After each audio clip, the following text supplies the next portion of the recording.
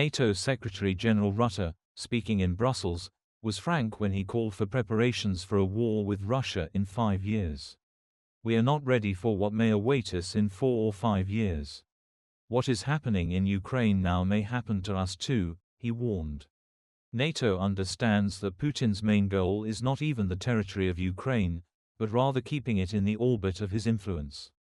Therefore, when Western partners talk about territories, they willingly or unwillingly give the cave a chance to bargain for a victory in a creeping manner.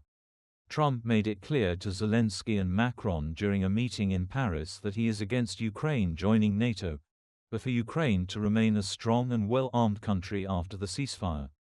This is exactly what Putin wants, who is used to playing the long game and giving illusory hope to the victim of achieving a false victory. Without defeat, Russia will quickly recover and go further. The Kremlin will take Ukraine quietly and without fuss, in a hybrid manner.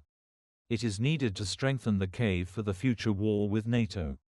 4 years of Trump will give Putin time to catch his breath. It is not for nothing that Medvedev rushed to China to agree on the final terms of the bargaining. It is high time to admit that this war is not Putin's project alone, but a Russian-Chinese war against Ukraine, with the involvement of the DPRK. And this thesis radically changes the understanding of the nature of this war, and the consequences of its freezing. If it is not frozen, then in 6 months literally everything in the cave will begin to collapse. After all, it is already clear how zombie economics is dying, and what tough supports in the form of new repressive laws are being put to the vertical, just so that it does not collapse. No, in the deep swamp population everything is stable. It gurgled and dissipated, so Putin is not threatened by an uprising from below. But the processes themselves, when even printing paper money is a problem, are the very first swallows calling for black swans. But Trump comes too timely, and to save the bald man. The deployment of 40,000 European troops will not save Ukraine. The hybrid of neo-Bolshevism penetrates through any borders, and the corrosion of corruption is already eating away at the state. And if even in Romania they almost pushed through Putin's puppet to the presidency, then what can we say about Ukraine? So the Kremlin goatman can bleat with satisfaction, everything is going according to plan, and not lie. The fall of the Assad regime is, of course, an unpleasantness, but not a critical one. The Kremlin is already negotiating with the rebels about preserving 2 military bases in Kamerman and Tartus, so as not to curtail its projects in Africa.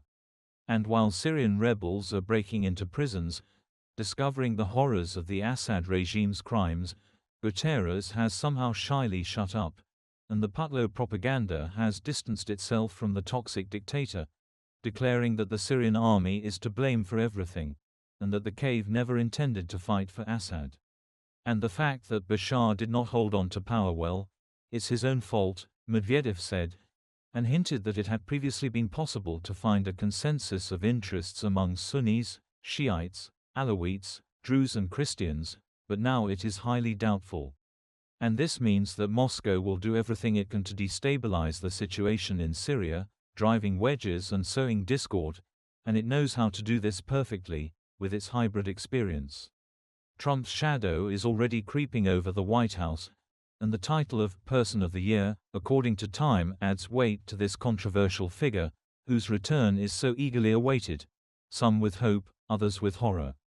In his interview with Time, Trump admitted that concluding a peace agreement between Russia and Ukraine in 24 hours is a more difficult task than he had previously imagined. But he still did not characterize the war as Russian aggression, which renewed talk of his possible cooperation with the Kremlin. In Europe, there are discussions about the need to increase defense spending to 3% of the GDP of each European country that is a member of NATO.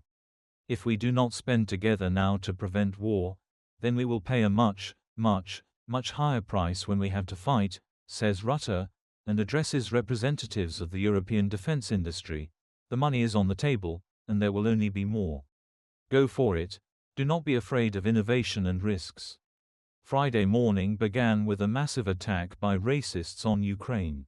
The Russians were firing ballistics from Crimea. And this is only the outer layer of the war that is approaching from the axis of evil. The red plague of Bolshevism has woven itself into a single bloody ball, burning with a thirst for satisfaction. And Ukraine is only the first destination where this ball will not stop. It will roll on.